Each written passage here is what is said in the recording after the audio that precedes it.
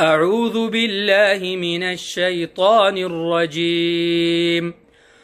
وإذ قال إبراهيم رب اجعل هذا البلد آمنا واجنبني وبني أن نعبد الأصنام رب إنهن أضللن كثيرا من الناس فمن